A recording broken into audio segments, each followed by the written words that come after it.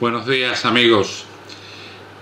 Antes de nada, gracias por la acogida que tuvo el anterior videoblog, el de los mitos y las supersticiones de los marineros. Me llama mucho la atención lo que os ha gustado ese videoblog. Y hoy, el de hoy, en cierto modo, es una continuación del mismo, entronca con ese videoblog del otro día, ya que el otro día hablábamos de supersticiones y hoy vamos a hablar de barcos malditos, de barcos que eran o que son incluso hoy en día considerados como malditos por los tripulantes, por los marineros. Os voy a contar una anécdota mía personal. La primera vez que yo embarqué en la marina mercante para hacer mis prácticas como oficial fue en un vapor de la compañía Transmediterránea, perdón, un vapor no, podría haber sido un vapor por lo viejo que era, pero no era un vapor, era un buque motor de la compañía Transmediterránea, un ferry, que cuando yo fui a embarcar en el año, me parece que era en 1985, yo tenía 20 y muy pocos años, era ya un barco muy viejo, se utilizaba solamente en verano como buque de refuerzo en la línea Málaga-Melilla-Almería.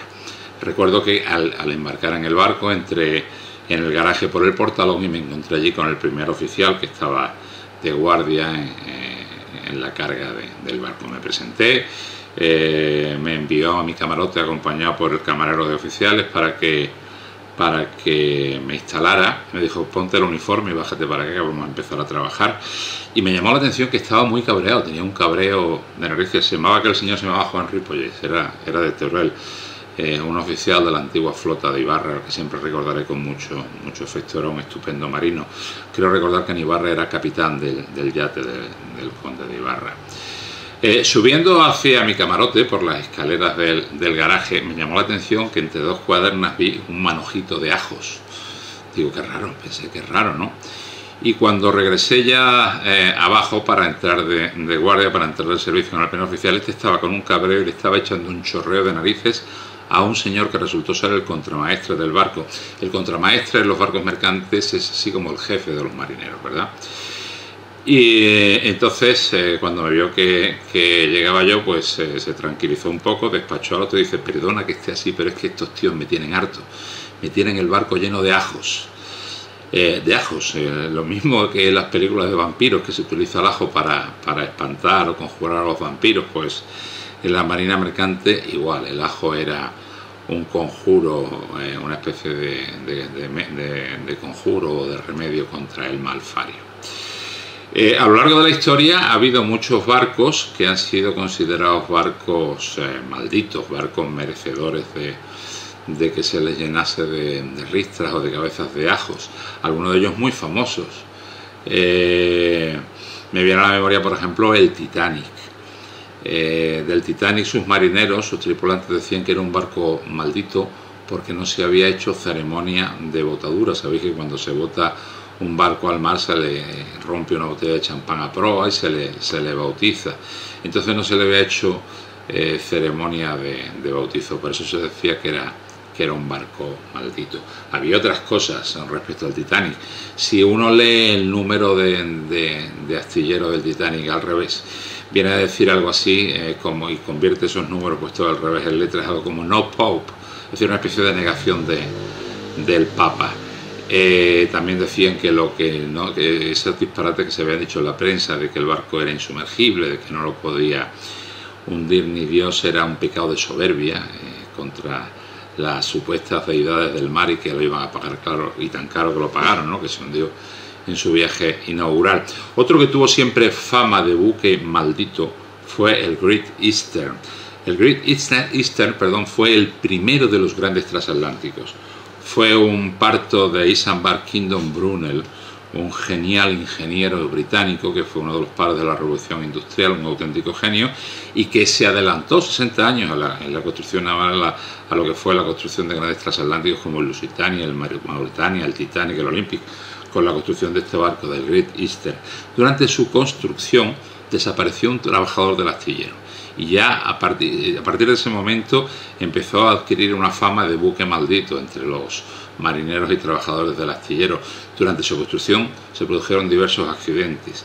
Cuando entró en servicio Hubo también varios accidentes mortales. El barco económicamente fue un auténtico desastre. Ya digo que Brunel, que entendió que el tráfico de pasajeros por mar tenía que verificarse a bordo de grandes transatlánticos para obtener beneficios, para que fuera rentable, pues a bordo del Great Eastern durante sus 2 primeros viajes se produjeron multitud de desgracias y el barco, como digo, no cumplió con las expectativas que se había marcado su armador, por lo que lo dedicó a buque cablero y finalmente acabó como pontón.